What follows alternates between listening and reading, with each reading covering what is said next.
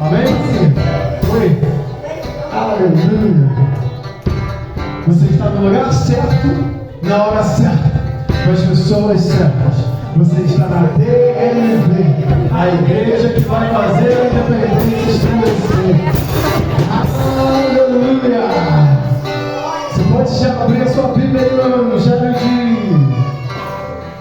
de João.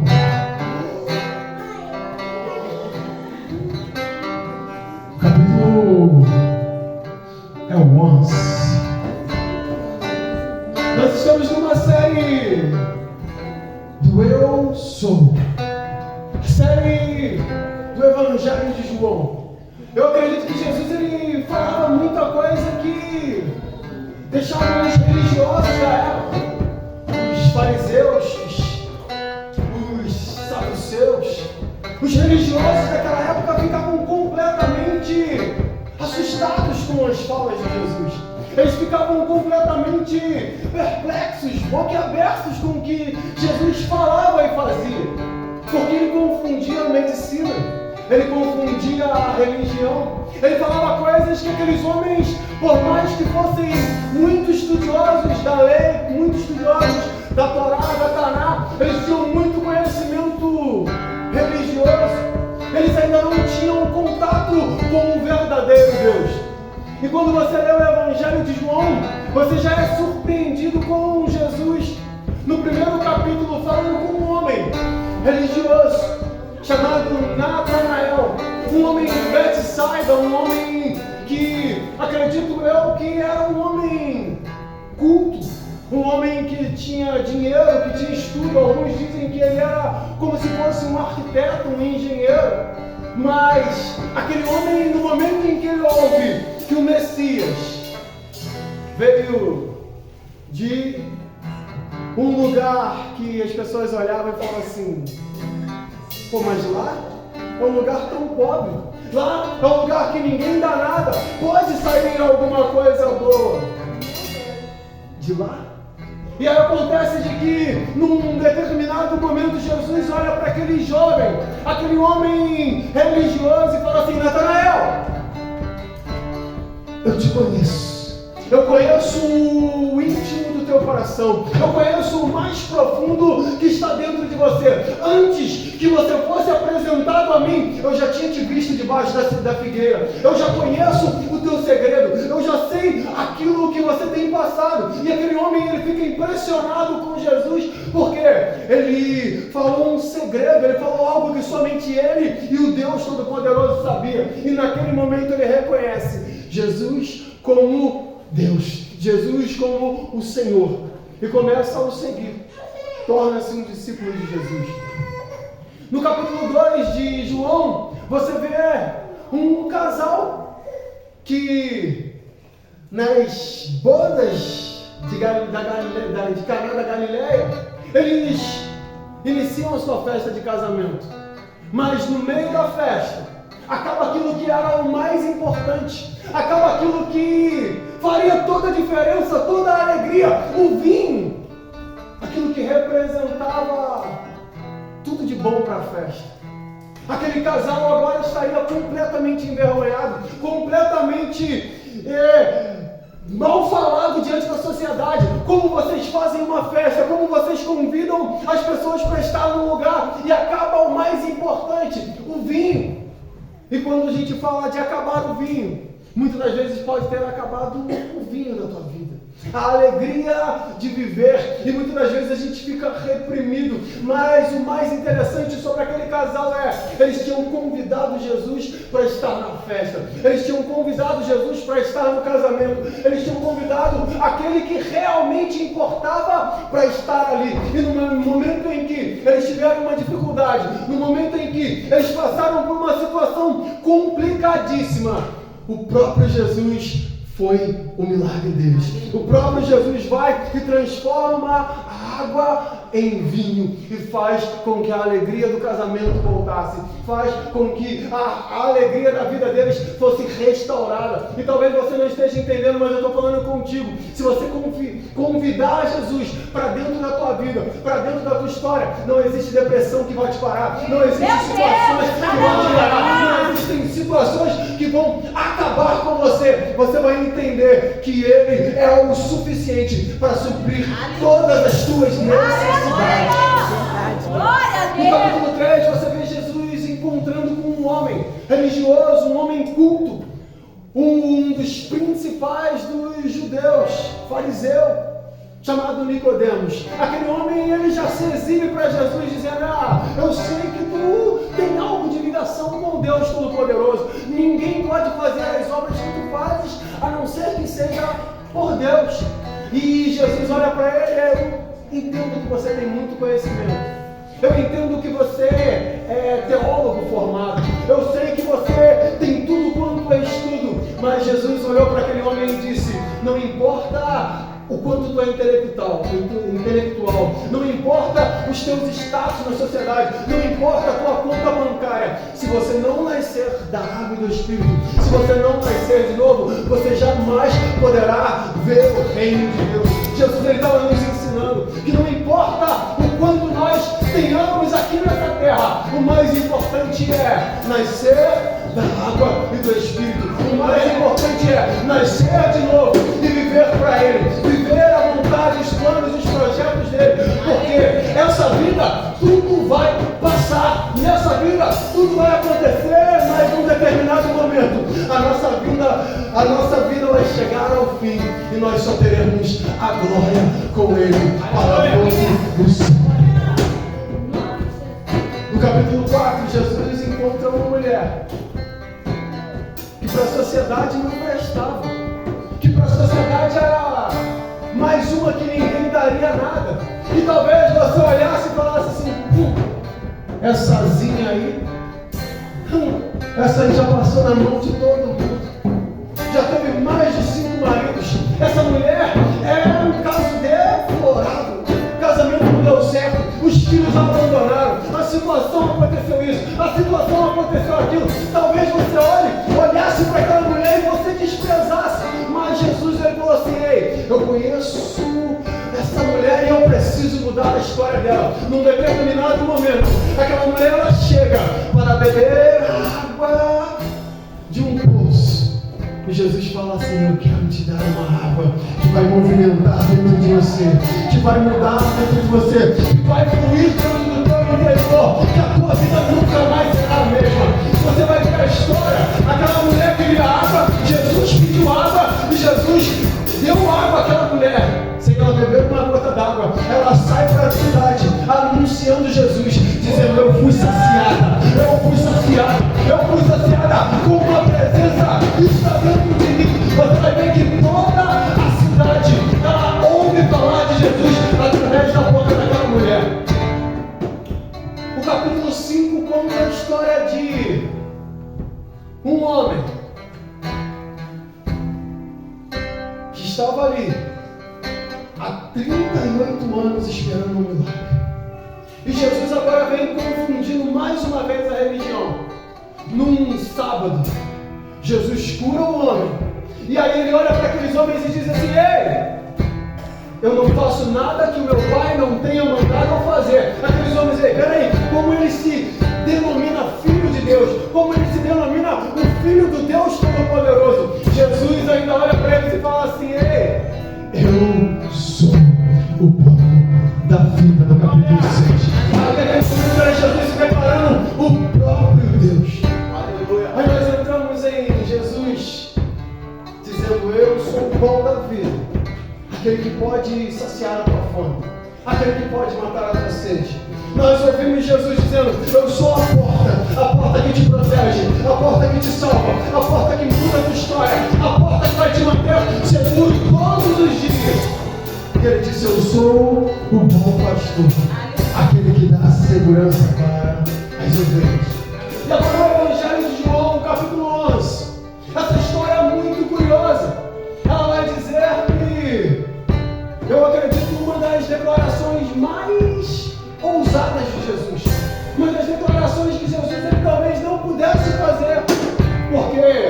ele ainda não havia ressuscitado.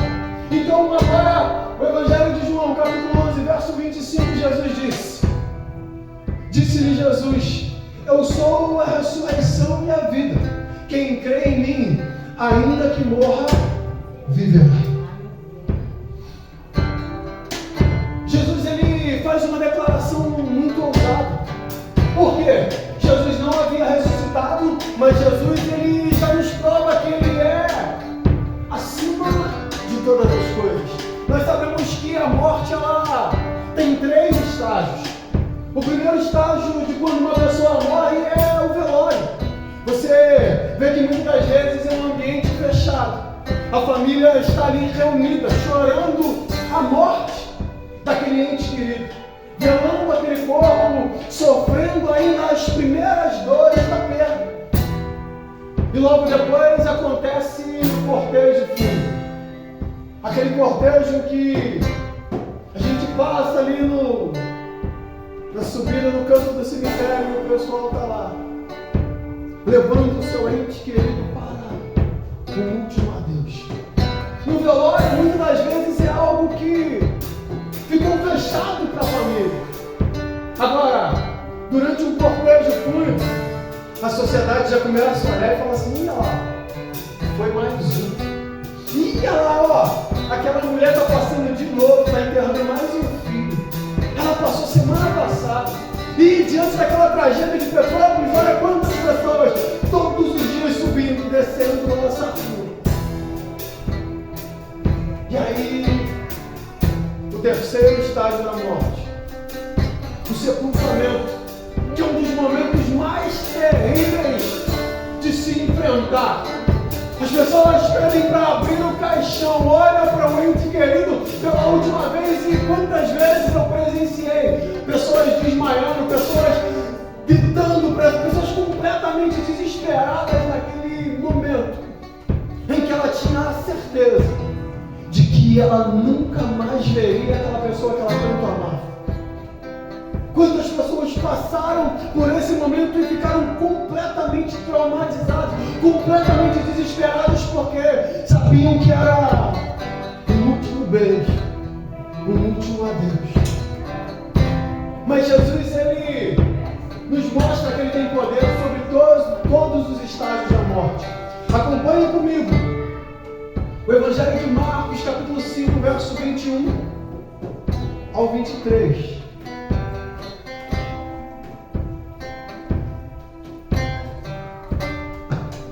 E passando Jesus outra vez num barco para o outro lado, ajuntou-se a ele uma grande multidão, e ele estava junto do mar.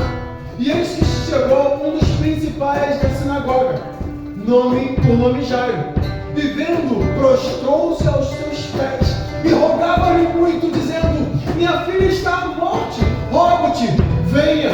E lhe impõe as mãos para que saia e viva.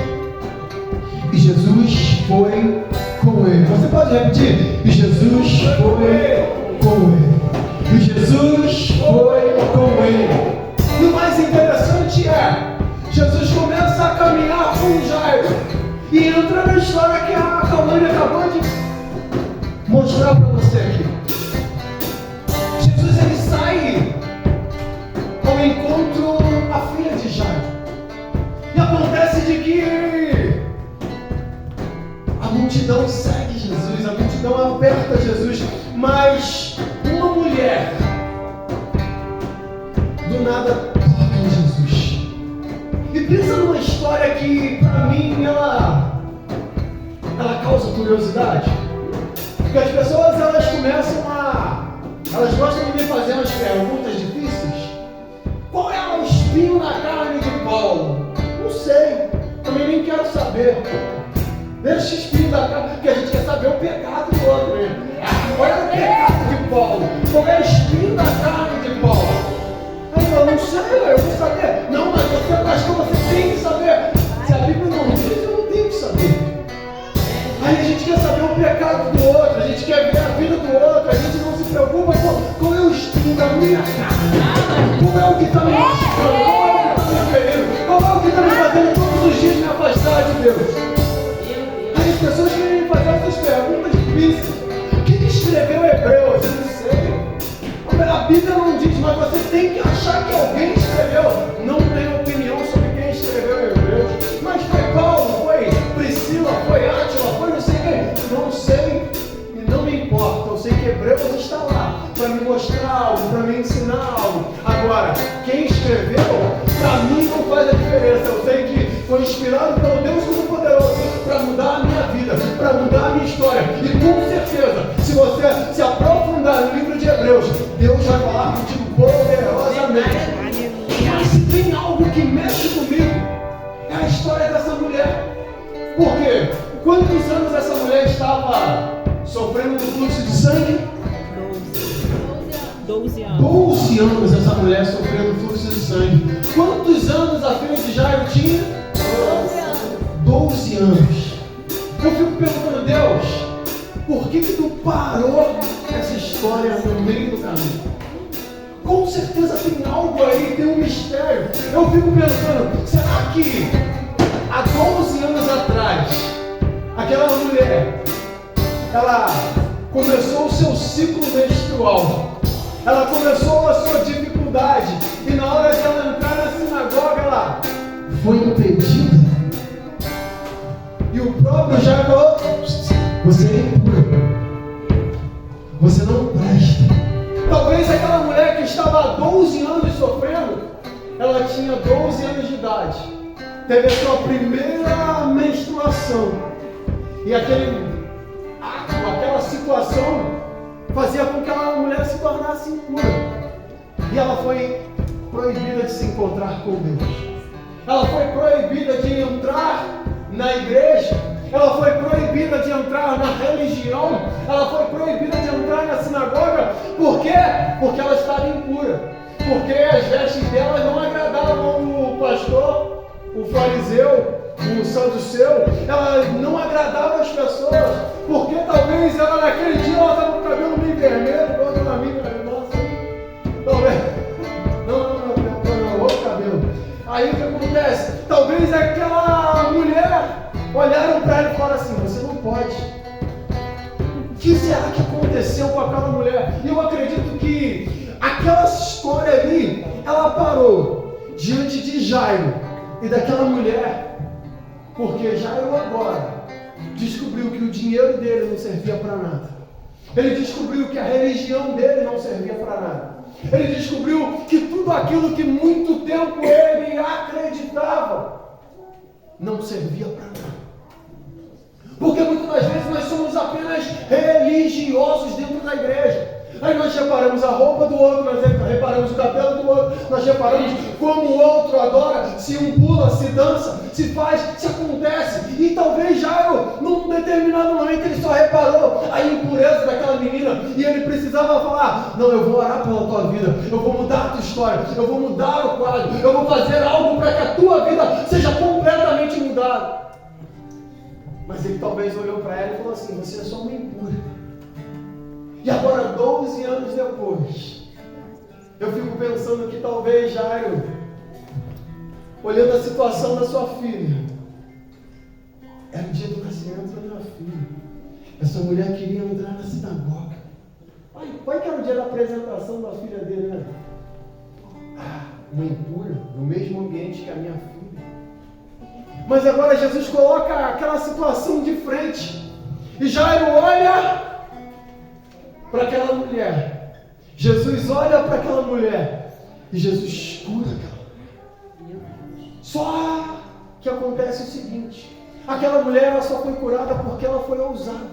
Aquela mulher, ela já tinha tentado no dinheiro, ela já tinha tentado na medicina, ela já tinha gastado de tudo. Mas ela só foi curada porque foi ousada. Eu estou querendo que você, como igreja do Senhor, talvez você precise de uma cura, talvez você precise de uma transformação, talvez você precise de uma mudança dentro da tua casa, talvez você precise de uma mudança no teu bairro, na tua cidade, na tua nação, mas você precisa ser ousado, você precisa tocar nas vestes de Jesus e falar, Senhor, eu não me movo enquanto o Senhor não mudar a minha história. Senhor, o Senhor precisa me tocar, assim como eu quero te tocar, todos os dias. Aquela mulher, ela foi ousada, ela rompeu a multidão, ela rompeu os preconceitos, ela rompeu com tudo. até com a preguiça e a fraqueza dela. Aí ela tocou nas vestes de Jesus e foi curada. Aleluia! Eu não sei o que realmente aconteceu, mas tem um mistério sobre essa história. Tem. Jesus. Estando ele ainda falando, chegaram alguns dos principais da sinagoga que disseram: a tua filha está morta, para que te enfadas mais o mestre? E Jesus, tendo ouvido essas palavras, disse ao principal da sinagoga: não temas, creio somente. E não permitiu que alguém o seguisse, a não ser Pedro, Tiago e João, irmão de Tiago. E tendo chegado à casa do principal da sinagoga, viu o alvoroço e os que choravam muito e pranteavam. E entrando, disse-lhes: por que vos alvoroçais e chorais? A menina não está morta, mas dorme. E riram dele. Porém ele, tendo-os feito sair, tomou consigo o pai e a mãe da menina e os que estavam, e entrou onde a menina estava deitada, e tomando-a pela mão, disse: Talita cumi, que traduzido é: menina, a ti te digo, levanta-te. Eu marquei aqui, riram dele, porque eu pensei exatamente nos teus planos, exatamente nos teus sonhos, nos teus projetos.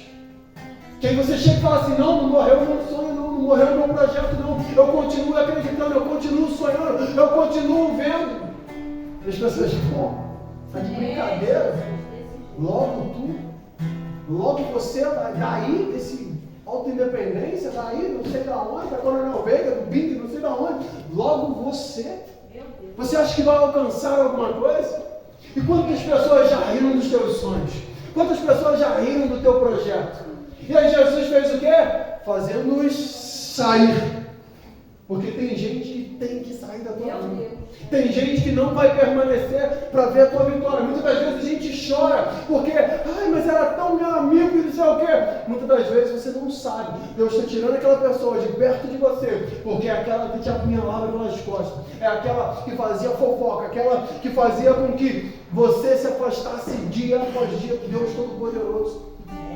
Muitas das vezes a gente pensa que são coisas que vêm para nos frustrar e elas nos abalam sim, porque a gente tem um apego sentimental, a gente ama, a gente quer aquela pessoa perto.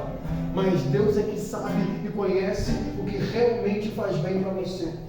Então não se preocupa se muitas das vezes algumas pessoas se afastaram, se algumas pessoas simplesmente não conseguiram conviver com o seu modo operante crente agora. Entenda. Lá na frente, eles vão ver o teu milagre de longe. Vão falar assim: aleluia! Eu nem acreditava nele, mas o que Deus falou que ia fazer na vida dele, Deus fez. Só que a verdade é que a filha de Jairo, ela estava morta há pouco tempo, há poucos minutos. De Jesus mandou um recado para todos aqueles ali: ei, a menina não está morta. E talvez você esteja dizendo: mas o que é? Eu estou falando que muitas das vezes você estava sonhando e riram do teu sonho. Muitas das vezes você estava planejando e falaram que não ia dar certo. Deram palavras de maldição, deram palavras de desgraça. E você foi absorvendo tudo aquilo ali e as coisas foram ficando para trás, ficando paralisadas. E você sentiu que tudo aquilo que você sempre sonhou começou a morrer. Aquela menina, ela estava há pouco tempo morta, mas Jesus está mandando uma ordem para você e uma palavra direta para aqueles que não acreditam nos seus sonhos. Ele pode ressuscitar a 5 minutos daquilo que morreu na tua vida, a 10 minutos daquilo que morreu na tua vida. Talvez tenha falido, parado os teus sonhos, os teus projetos, mas Jesus está dizendo que Ele pode ainda assim ressuscitar Jesus. Aleluia! O que morreu dentro de você? O que paralisou dentro de você? O que aconteceu na tua vida que você continua parado e muitas das vezes estagnado? O que aconteceu dentro de você que muitas das vezes está tentando te levar ao suicídio? Que você fala assim, não, já desisti de tudo, eu desisti da minha casa, eu desisti do meu casamento, eu desisti dos meus projetos, eu desisti do emprego, quer saber? Eu vou pular no abismo, quer saber? Eu vou pular na frente do caminhão.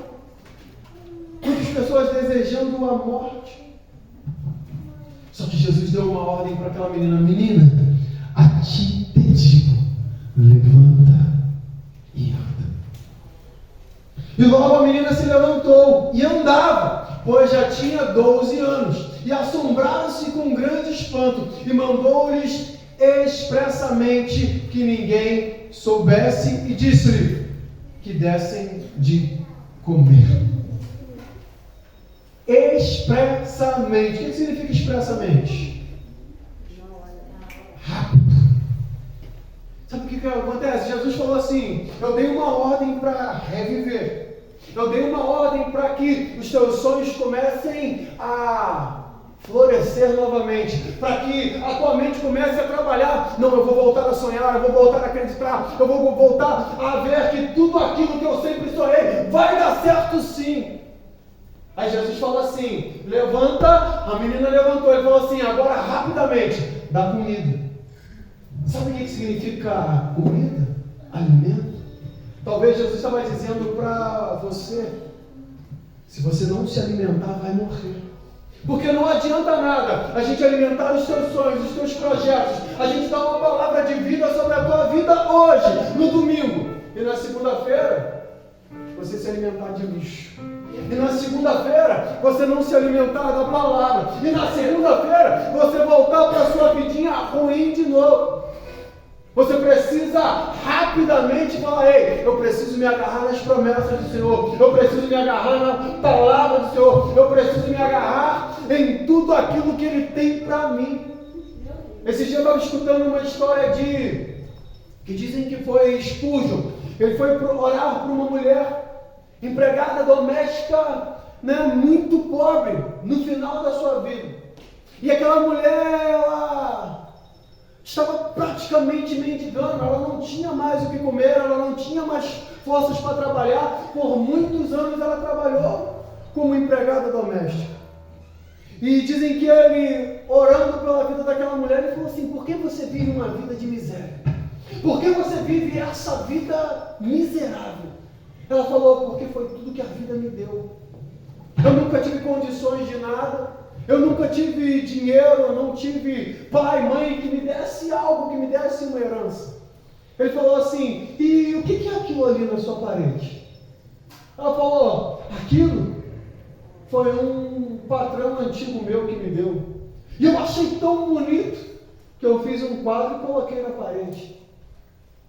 Aí ele falou, você sabe o que é aquilo? Ela falou, não, mano, um quadro bonito. Ele falou, aquilo é um testamento. Ao morrer, o seu patrão estava dizendo que toda a sua fazenda, todo o seu gado, todo o seu dinheiro era para você.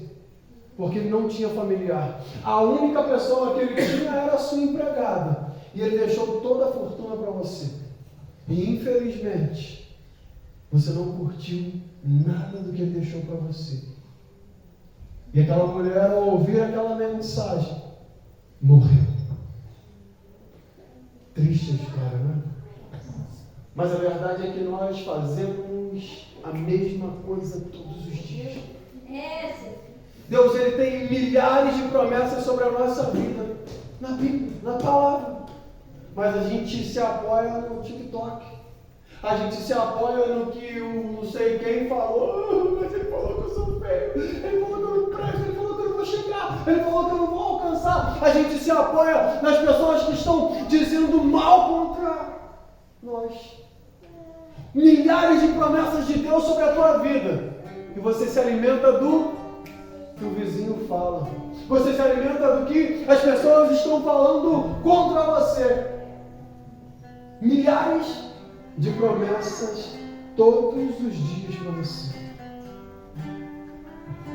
Mas Jesus está dizendo, ei, eu posso ressuscitar os mortos. Mas é necessário você começar a se alimentar da palavra e da vontade do Deus Todo-Poderoso. Jesus, ele, em segundo lugar, ele nos mostra que ele interrompe a morte no meio do caminho. Lucas capítulo dia, subsequente, dirigia-se Jesus a uma cidade chamada Naim. E iam com ele seus discípulos e numerosa multidão. Como se aproximasse da porta da cidade, eis que saiu o enterro do filho único de uma viúva. E grande multidão da cidade ia com ela. Vendo o Senhor, se compadeceu-se dela e disse-lhe: não chores. Chegando, tocou-os e parando os que conduziam, disse: jovem, eu te mando, levanta-te. Qual foi a ordem? Levanta-te. Qual foi a ordem? Levanta-te. Maravilha. Pensa num texto que me faz lembrar sempre da mesma coisa. Eu tinha acabado de sair do Alto Independência e tinha casado. Tinha acabado de comprar minha moto. E eu me lembro que eu cheguei na Independência de moto, os bombeiros passaram voando. Aí eu falei, tô de moto, eu vou seguir os bombeiros, fui atrás dos bombeiros para ver o que estava acontecendo. Cheguei aqui no colégio Rosa. Uma multidão, um alvoroço em frente ao colégio. O que aconteceu? O que aconteceu? Disseram que um garoto ele foi pegar a bola que caiu no abismo, se escorando nos bambus e o bambu quebrou. E aquele garoto caiu dentro do abismo. Pensa em algo que eu fiquei abalado, porque na mesma hora eu lembrei da minha mãe. Eu falei, cara, e se fosse a minha mãe? E se fosse eu caindo ali, a minha mãe chegasse agora, o que ia acontecer? E de repente chegou a mãe do menino. Ela veio de moto, alguém foi buscar ela na Coronel Veiga, parece que estava dentro do ônibus. Ela veio de moto, ela saiu da moto. Ela entrou, fecharam o portão. E na hora que fecharam o portão, eu vi como se eu tivesse visão de raio-x, a mulher caindo. Eu falei assim, meu Deus, aquela dor, a dor da mãe, aquilo mexeu comigo. Eu falei, cara, o que essa mulher não deve estar sentindo? Como se eu tivesse uma visão de raio-x, eu vi aquela mulher desmoronar. E alguém me falou depois, ela atravessou o portão e desmaiou. Não tinha como eu ter visto, porque o portão estava fechado. Mas no meu íntimo eu senti aquela mulher desmaiar. E aquela história mexeu comigo, porque esse não é o curso natural da vida. O curso não é uma mãe enterrar o filho. O curso não é a mãe chegar e ver um filho de 10, 11 anos de idade que caiu dentro de um abismo e morreu. Eu fico pensando como é que estava o coração daquela mulher naquele momento. E agora você vai ver essa história na Bíblia, é uma história de realmente se compadecer. Nós vimos a história de um velório, onde os familiares estavam ali, velando uma menina que tinha acabado de morrer. Mas agora nós vemos a história de uma mulher que está há 3 dias velando seu filho na sua casa. E já viu que não tem mais esperança. Viu que não tem mais jeito e agora ela sai para toda a cidade ver a sua vergonha. E a Bíblia diz que era uma viúva de um único filho. Eu penso assim, era a morte dela declarada. Naquela época as mulheres elas não trabalhavam, elas não eram independentes. Aquela mulher ela simplesmente ia morrer de fome. O marido já tinha morrido. Aí agora o filho, que era a esperança do sustento, que era a esperança da vida dela, e aquela mulher simplesmente perdeu. Eu fico pensando que tantas pessoas passam pela mesma situação daquela mãe, que hoje elas só têm na sua mente a falta de fé, a falta de esperança. Agora elas só conseguem olhar para frente e ver cemitério, e ver morte. Talvez elas não conseguem mais olhar para nada e ter esperança. Talvez alguém venha e dê uma palavra de fé para ela e... pode ser. Porque aquela mulher estava completamente desiludida. Mas Jesus, o Deus Todo-Poderoso, cruzou o caminho dela. E se Jesus cruzar no teu caminho, não tem palavra de homem que decretou a morte sobre a tua vida.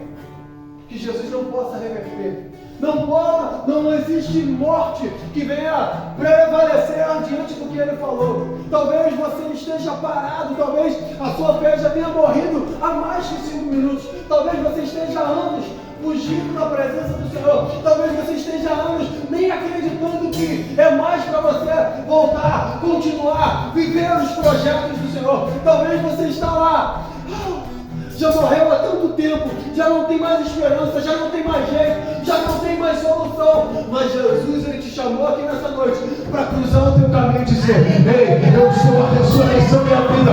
Eu tenho a esperança para você. Eu ainda posso fazer algo na tua história. Eu posso ressuscitar os teus planos, os teus sonhos. Eu posso ressuscitar o teu casamento. Eu posso falar os teus filhos. Não tem nada que você possa estar passando que Jesus não possa derrubar. Não importa se é no seu casamento, se é nos seus filhos, não importa se é a sua situação financeira, a sua empresa, não importa o que seja. Por mais que você pense, faltam poucos minutos para sepultar. Jesus vai parar a caminhada para a sepultura e vai dar vida novamente. E uma vez que Deus está dando vida, ninguém pode matar. E o mais interessante é o verso 15: sentou-se o que estivera morto e passou a falar e disse, e Jesus o restituiu a sua mãe. Qual era a ordem? Levanta. Qual era a ordem? Levanta. E o que ele fez? Sentou-se. Falei, poxa, Jesus deu uma ordem, por que esse menino sentou? Aí eu falei, o que o Senhor quer falar com isso? E a verdade é, por que você ainda está vivendo pela metade? Por que você ainda está vivendo pela metade? Jesus te deu uma ordem: ei, se coloca de pé, vive os meus projetos, vive os meus planos, vive aquilo que eu sonhei para você. Aí você fala assim: já estou na igreja. Meu Deus. Vou ficar aqui sentadinho no meu banco, não vou fazer mais nada. Eu não quero nada com nada, já me frustrei, eu já passei por várias situações, eu já fiquei 3, 4, 5, 10, muito tempo morto. Jesus até falou que me ressuscitaria, mandou me levantar, eu sentei e já está bom. E aí a Bíblia diz que ele começou a falar.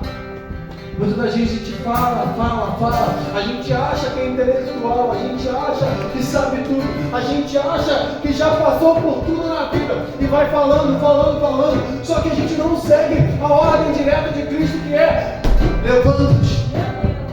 Jesus está falando contigo: olha, por que você ainda não está vivendo o que eu sonhei para você?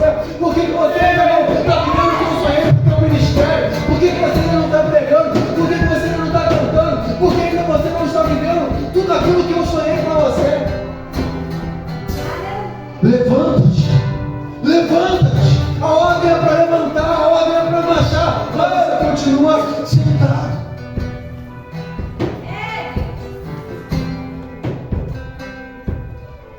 O negócio é,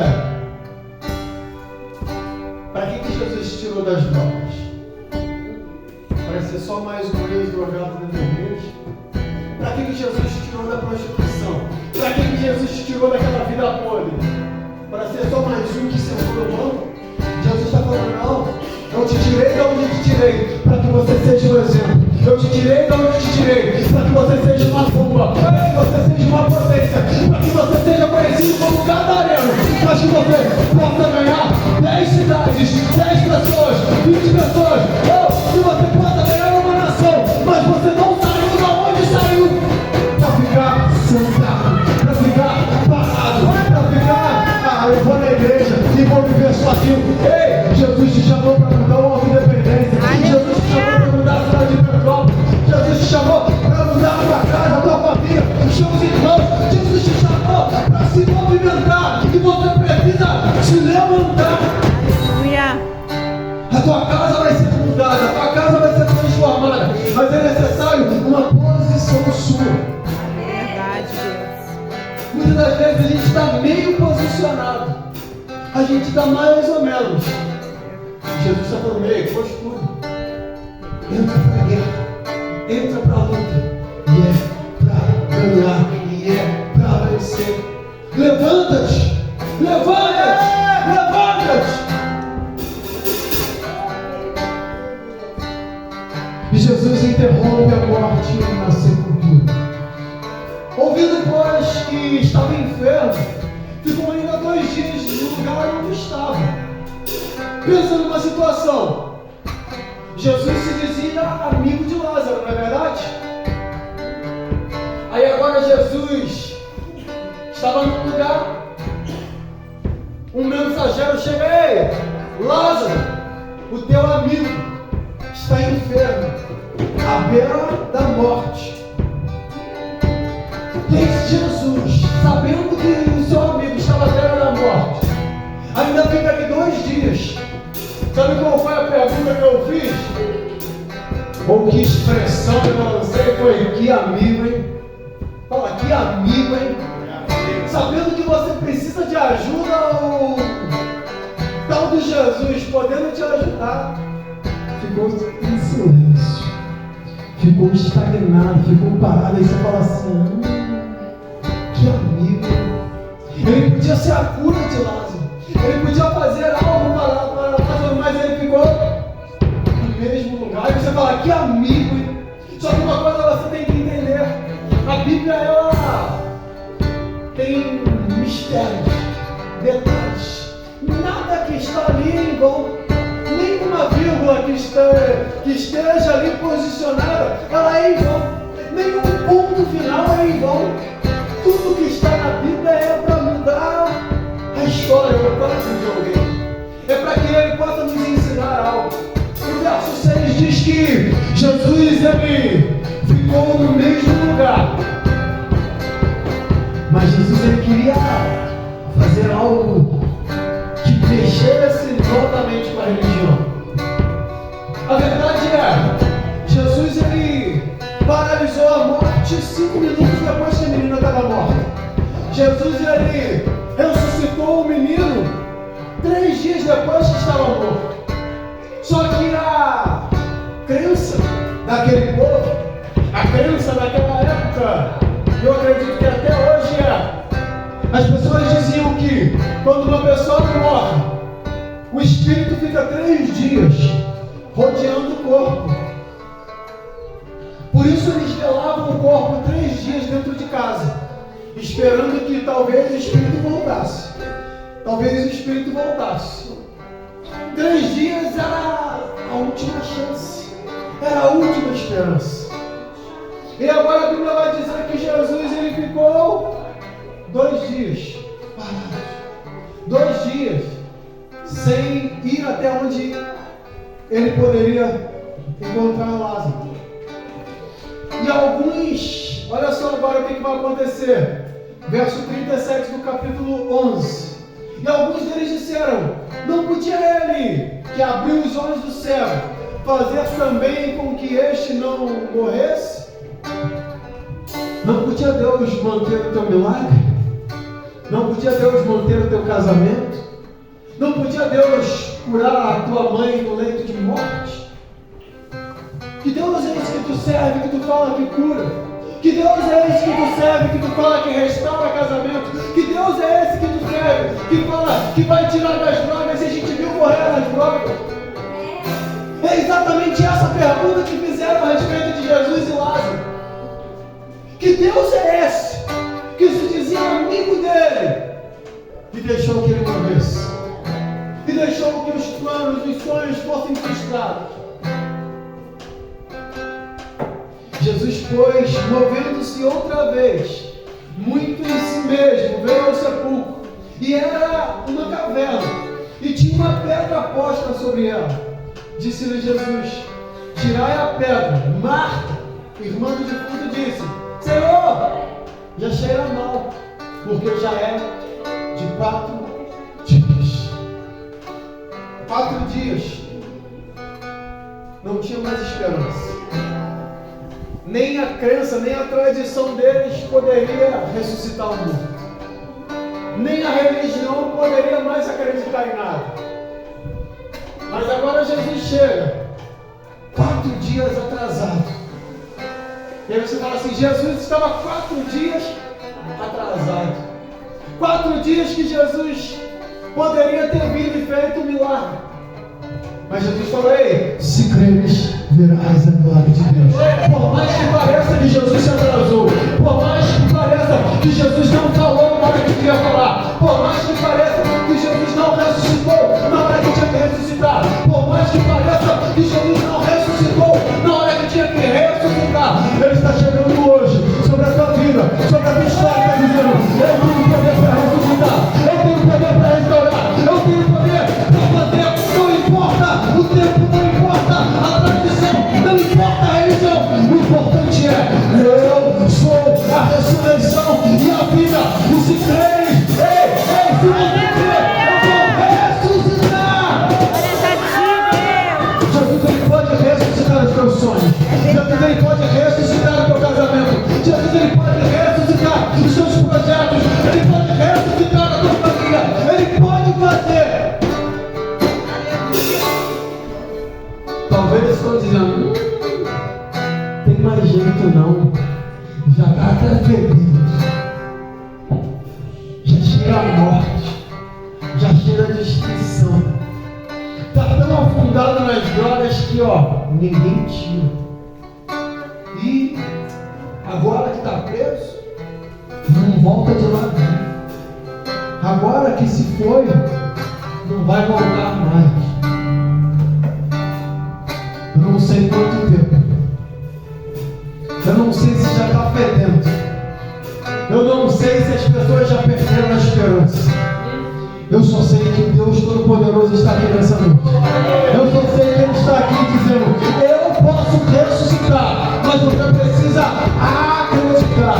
Você precisa acreditar que eu ressuscitarei os planos, os sonhos, os projetos sobre a tua casa, a tua vida, e em nome de Jesus, algo sobrenatural vai acontecer. Depois de 4 dias, ninguém tem mais esperança. Alguém já disse, esse aí não levanta mais, acabou, jamais, não tem mais jeito, já era. Quando todo mundo estiver, esse aí não tem mais jeito, é porque cheira mal, passou da hora. Nesse momento é que o Senhor vai se levantar para se manifestar para a glória dele e ministrar a vida. No verso 34, Jesus faz uma pergunta: aonde foi que sepultaram? Aonde foi que você enterrou? Aonde foi que você colocou os planos e os projetos dele? Aonde foi que você enterrou? Aonde foi que você enterrou?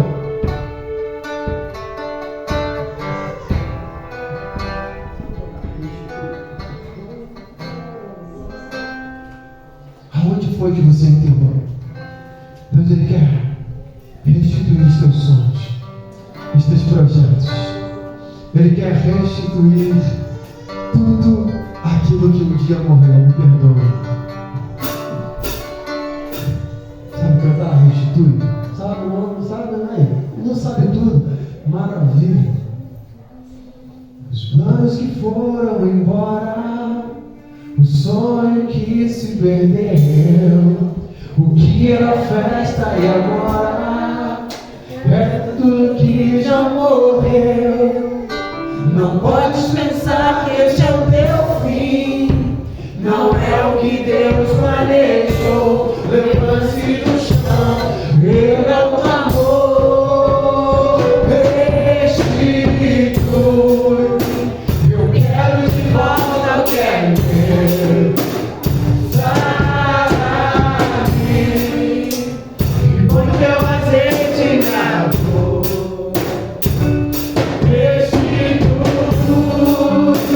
E leva minhas águas tranquilas, lava-me